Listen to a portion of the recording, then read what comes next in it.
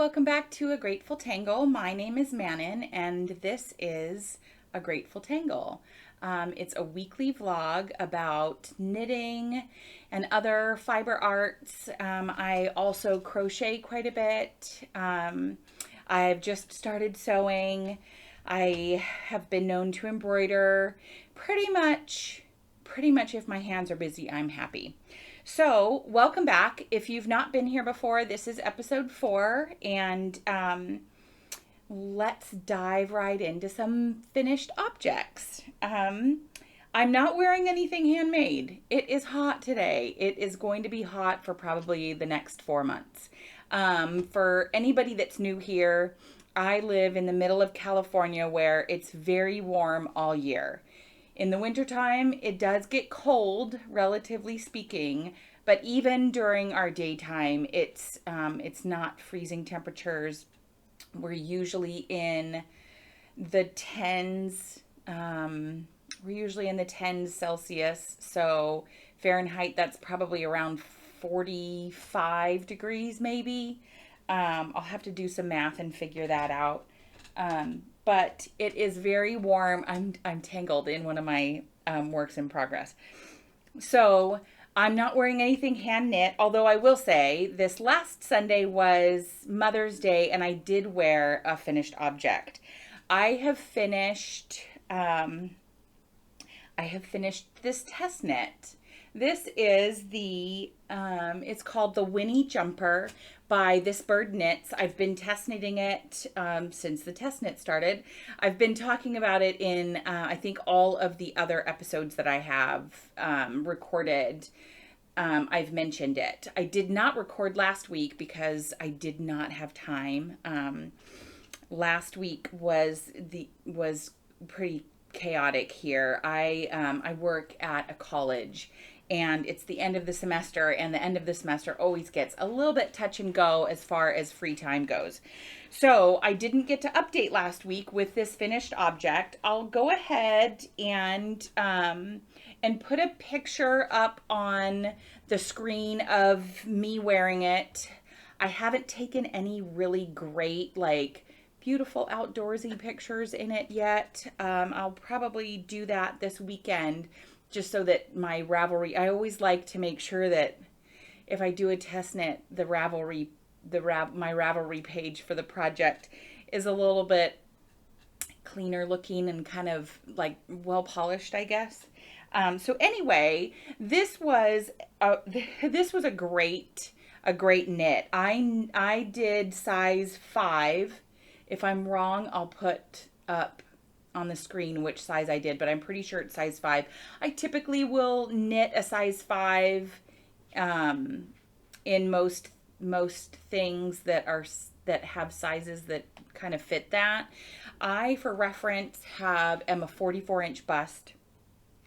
I like things with a lot of positive ease. This one has 10 inches of positive ease, and it's really nice and drapey. And I made it short sleeve. The pattern has I'll put a picture up of the pattern. The sleeves, the way the pattern calls for, have the same lace motif that is on the body of this jumper. And I didn't want to do it that way because I wanted to be able to have this be kind of every season except for summer for here. And I can get away with wearing this in the winter, in the spring, and probably in the later fall when it starts to kind of cool off here a bit, with just a tank top underneath. What was I going to say about it? Oh, it's Aran Weight yarn. This yarn that I used is Snuggle Puff by Knit Picks. I think it's 70% cotton, 30% nylon. It drapes incredibly well. The yarn, when you look at it in the ball, it's very airy and very fluffy. It does not look... I have a cat that's trying to say hi.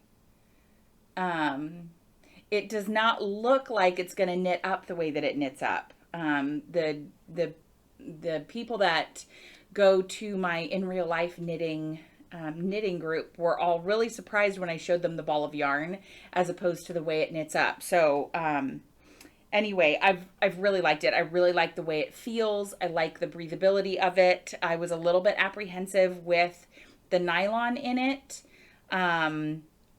just because I don't know that I really wear any nylon. Like when somebody says nylon, I think of pantyhose, and those don't scream breathability to me. But anyway, it worked up really nice. I really, really love it. And to be quite honest, I wouldn't mind. I wouldn't mind knitting this in more of a winter fabric yarn, maybe something that's got some wool in it, because I do think it would make a really nice sweater. I love the lace. I've worn it a couple times. Every time I wear it, I've been complimented by it. I'll make sure to link to the designer and to the pattern page on Ravelry below. The pattern was released this last week. I believe it was released on Tuesday. So pick up a copy. I've made a few different patterns by this designer, and I find the patterns to be very intuitively written. This Winnie jumper has in the body, it's a four round repeat with the lace and then stockinette. So it makes it really easy to just, I used a stitch marker. I wish that I had it sitting here, but I do not. I took 3 regular circular metal stitch markers. Let's see if I have anything similar to that. 3 metal, just kind of plain jump rings. And then I attached them to a hexagon one, so that it was 3 round ones and then a hexagon. And every time I went around, I moved my needle up one toward the hexagon, and when I got to the hexagon, I knew it was a lace pattern row. So that made it so that I wasn't keeping tallies on my paper, because I don't trust myself keeping tallies on paper. Just really simple rings like this, that I put 3 of them together and then a hexagon, and it worked a charm. So that's just my little tip. And I think that I put that in my Ravelry page too. I think I took a picture of it, and maybe I'll even put the picture up on the screen. So that was a really handy thing for me to figure out, and I was quite proud of myself. So that is one finish object. And then I have another finish object that is a sewing object. I just got a sewing machine, and I love it. This pattern that I made, treat me with care. It's not the best in the world, but it's mine, and I made it, and I've been able to wear it. So the pattern is, hold on, I have my notes here. The pattern is the Orchard Top and Dress by Helen's Closet, and it's offered as a free pattern on the website if you sign up for their newsletter, which I did.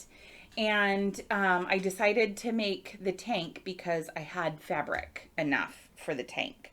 So this is, I really should have worn this, but I am wearing what I wore to work today. So this tank top, I'm sorry, it's cute. It came out so cute. I made this in the remnant section at Joann's Fabrics. There was this 100% cotton. It's baby swaddling material. So it's kind of gauzy, but it's not super, super thin, and has worked fine with this top. And I got 2 yards of it separately. There was a yard of it in one little bundle, and then a yard of it in another little bundle. And those 2 yards cost me, I think, well, I know it was under $3 total. Because I was laughing about it with my family, that I also bought a spool of thread to match, and the thread was $3. The thread was more expensive than the fabric. So anyway, I even used the fusible interfacing on these The straps, this is what I believe is called bias binding, that I made. The pattern had little cutty out bits for it and everything. So it turned out well. There's a spot where it's fraying a little bit because I didn't get that edge all the way underneath there, but this was a first attempt. So I love it. The dress is a 100% Mannin dress. I love I'll put a picture on the screen on one of these two sides of the dress. The dress even has pockets. So I have a feeling that's in my future. I also have my hands on, I think in my first or second episode, I talked about a jumpsuit pattern that I have. That one is a jersey. It calls for jersey knit fabric, so I think I'm gonna maybe work up to that one. But I'm really excited that turned out well, and would love to hear about patterns or sources for patterns that are beginner friendly and printable. Because I don't really know where to look. One of the things that I realized while making this one by Helen's Closet is that the pattern PDF has layers that are all the different sizes, so you can turn off all those layers and then it just prints the size that you want it to, which was incredibly handy because it can be quite overwhelming looking at all those different lines and trying to figure out which exact dotted line pattern is the one that you want. So that was an invaluable tip. I really should probably write them a thank you letter. This doesn't count as a finished object, but I was working on this last episode. This is going to be a headband. I've blocked it. I haven't yet added my my little I'll probably just do a simple little braided end here and find a button that can go on there. And then I think, let's see, let me look at myself in there. And then we'll have a headband that just kind of looks cute, that I can also wear the other way. This is just a self-drafted pattern. I've made a number that are like this in different yarn weights. One of these days I'll get it written up because I have had a couple questions about that. So I'll work on that this month and get that taken care of. So I have my test knit finished. I still have the Rebel cardigan by Anka Strick on the needles. I'm not working on that currently, mostly because I got this staple linen top whip out that I've been working on for a hot minute. If you'll recall from a previous episode, this hand spun cotton was overspun. It was overspun, and it's been really difficult to work with, at least the second skein of it that I added. And so I have had to kind of let the yarn relax a bit and then knit with it, and then let another bit of it kind of like I'll unroll bits and pieces of it, and like this. I mean, this is just a mess. But anyway, I've been working on that one since I finished the test knit, because I think I only have about 4 inches left to do of the body, and then maybe 1 inch of ribbing. I can't remember what the pattern calls for, but I am really excited to wear that. I love that pattern. I have a few patterns by Joji Locatelli, and there's something about just the way so many of her patterns, they're kind of, some of them are kind of boxy, and they have such nice drape. I just really, really love a lot of her patterns, and this one caught my eye before I even knew how to knit. So I am excited to finish this one, even if the yarn makes it a little bit hard for me to to do that. Okay, so future projects that I wanted to talk about now that I am just going, I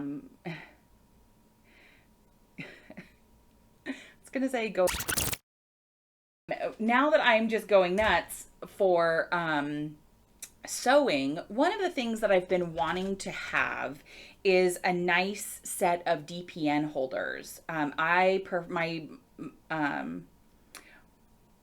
small circumference in the round preferred method is double pointed needles, and I have a set of bamboo double pointed needles. They were really inexpensive. I got them on Amazon. Someday I will probably upgrade that to metal ones, just because I've noticed that switching to metal needles has really helped my gauge, since I'm a incredibly tight knitter. But I have the bamboo ones. They were inexpensive. They work, so I use them. But the DPN holder that I have is one of the ones that kind of looks like one of those paintbrush rolly ones. But the one that I have is incredibly long, and my DPNs get lost inside there, and it is so difficult for me. So I think what I'm going to do with that is turn it into a paintbrush holder and make myself a DPN holder. But I think what I want to do is, I found a free sewing pattern for, I think it's a dice bag holder that has, it kind of, I'll put a picture up of it on the screen, and I'll put a link to the website that I found it. I think I originally found it on Pinterest, but I must have found the site, because it was another one of those, if you subscribe to our newsletter, you can have this pattern for free. So I did that. And it looks like that website has quite a few, the person that wrote that sewing pattern has quite a few sewing patterns that are like really helpful, like, bags and zipper pouches and things like that. So it seems like it'll be a really helpful site to kind of have in my little brain, my sewing file in my brain.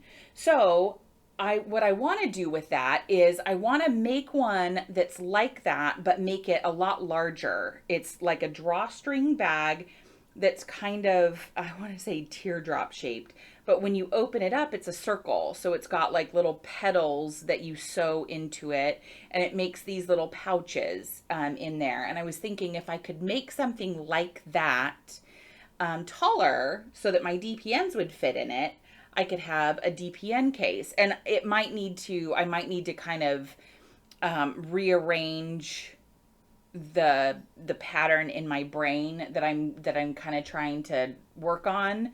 But I feel like that would be a really handy case to have. Hold on, I'm trying to there we go.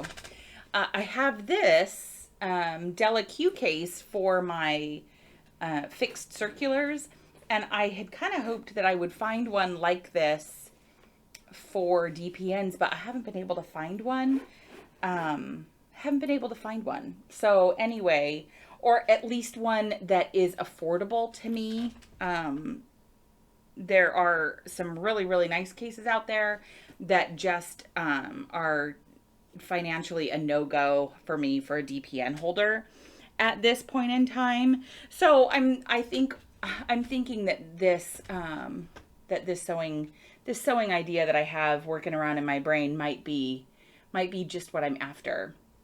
And I really like the idea of it, like just being like a drawstring pouch. And I can maybe even embroider in there the millimeter sizes for the various DPNs. So we will see. We will see how that goes. If anybody has any ideas to make that easier for me, or or if you know of a pattern that already exists out there, let me know. If there's one if there is one out there, I haven't found it yet. So we have that, and then another future project that I am going to start working on is a project that I have yarn for. And that is, I have been wanting to make a colorwork yoke stranded colorwork sweater with a my favorite video game is Stardew Valley. I could play Stardew Valley in my sleep. I love that game so much. I cannot say enough about it. It is just my favorite. It's just my favorite. I've been playing it for years and I love it. And I even have a tattoo of what I want to go on the color work of the yoke of the sweater, which is a star drop. If you've not played the game, if you're not interested in it, I totally get that. But I have been working on the idea for a while, and I've actually written up the colorwork chart. But what I haven't done is swatched. So what I want to do is make a swatch of one of the repeat sections of the colorwork that has the star drop in it. And I have the yarn here. So the yarn that I'm going to be using is by Anzula Fiber, which is located here in Fresno. Wonderful yarn. This is there for better or worsted base, which is a worsted weight. I believe it's 80% merino. Hold on, I'm going to get this wrong and I'm going to be so mad at myself. 80% superwash, 10% cashmere, 10% nylon. So this is their colorway Sexy. It's a nice brown color. It's really, really beautiful. This is going to be the body of the sweater. And then for the color work, I have these. So this is the same for better or worsted base. And it's going to be 3 different colors that I want to try in the swatch. And I just think that these 3 look like, I mean, I cannot get over how great those look together. So the this kind of bright green one is called Key Lime. This really gold one is called Citrine. And this one is Dahlia. So I think those are gorgeous. I think they're gorgeous. So that are those 4 colors. And I think they're really pretty.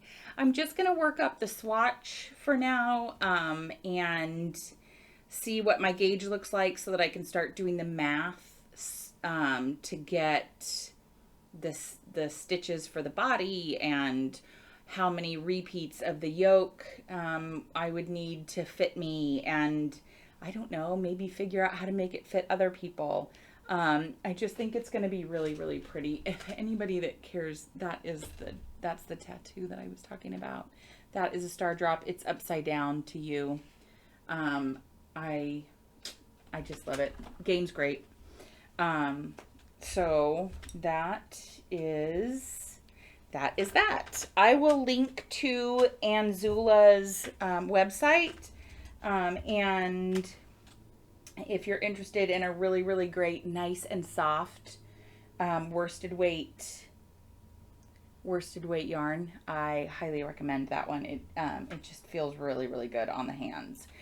As far as anything else, let's think here. I just finished up the last episode. I talked about a book that we're reading together in my Discord server. I also posted a link to the book information in my Ravelry group, which is listed down below in the description. And I just finished the book. It is only the middle of May, and we were supposed to read it all month. And I just got sucked in. It was really, really charming.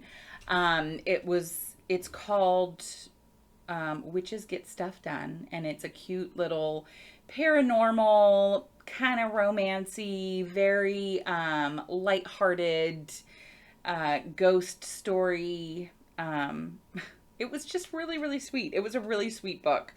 So anyway, I'll link to that book down there. But also, if you're interested in joining me and my friends in the read-alongs that we do monthly, let me know. We don't go into big, massive discussions about them. If you want to chat about them, we can. But it's more of a nice, easy way to have a little kick in the pants of motivation for reading a book. And we're always welcome to suggestions for ones that we can add to our list. We vote on the one that we want for the next month. I usually do a breakdown. I'll buy the book or I'll get it from the library. This one that we just read, I got from the library, and it was great. And I just go through it. I look and see how many pages the book has versus how many chapters they are. And I make sure that it seems like I do a breakdown by dates, just because for some people they find that makes it a little bit easier just to have a timeline for getting a book done. So that one was really, really enjoyable. I don't know what we're going to do next month, but I'll make sure to mention it here. And anybody that's interested in that, feel free, join the Discord server, join the Ravelry group, whichever is easier for you. I am going to start a website that has that information on it, and also has just like a blog where I can chat about things that are knitting related, and also maybe go into, not necessarily depth, but go into a few things that aren't, recipes that maybe we've made that week, or pictures of the garden, or just anything. So I am working on that. So that brings me to, I don't know that I have anything else to cover really. I would like to know if anybody has a suggestion for like a sewing box, like a tackle box. I'm sure they have a name. It's not a tackle box. That's for fishing. But like a sewing notions box. I had one years and years ago that I really liked. The only problem with it was that it was circular, and I want a square footprint. It's easier for me to fit something that is like a square toolbox type thing in my life. So if anybody has any suggestions as to where I should be looking for that sort of thing, I'm sure I can look at Joann's. What I'd really like to find is somebody out there that has like a pattern for one that my dad can make me out of wood. But I feel like that's probably not very, I don't know, that probably doesn't exist. But I would like to get my hands on something nice to hold the extra like feet that came with my sewing machine, and I have a couple of different thread colors that I purchased, and I'm sure that I'll start collecting some other things here and there, different types of needles for different types of fabrics, that kind of thing. And I think all I am going to do now is leave you with something that brings me joy. And what I'm going to talk about this week is just my recipe for basil pesto. I just, our basil plants have been going absolutely crazy. So yesterday I noticed that a couple of them were starting to go to flower. So I trimmed those up, and had enough parmesan and had enough pine nuts that I could go ahead and make some pesto last night, and ended up using it on some chicken breasts that I made. I put a little layer of it on the chicken breast, threw some panko breadcrumbs right on top of there, and just kind of lightly fried it in a little bit of olive oil, and they were delicious. So what I'll do is I will post, I don't have a link to that recipe because it's just up here. But what I'll do is I'll type out that recipe and I'll leave it in the description. And if anybody tries to make it and it comes out yummy, I would love for you to let me know. And if you have any recipe ideas, there's also, I made a little channel in the Ravelry group for recipes, but you're welcome to leave it in the comments here. I would love to know what you're using your pesto on. My daughter found a pesto mac and cheese recipe the other day, I think either on TikTok or Instagram. But we might be trying that out here on the next little temperature dip, when I feel like making homemade mac and cheese won't won't overheat the entire house. So anyway, I really appreciate you being here and listening and chatting with me. I hope to see you again next week. If you have anything fun going on this weekend that you want to share about, or any great projects that you're working on, please let me know. I love getting to know what other people are working on and what brings you joy. And I will see you next time. Thanks.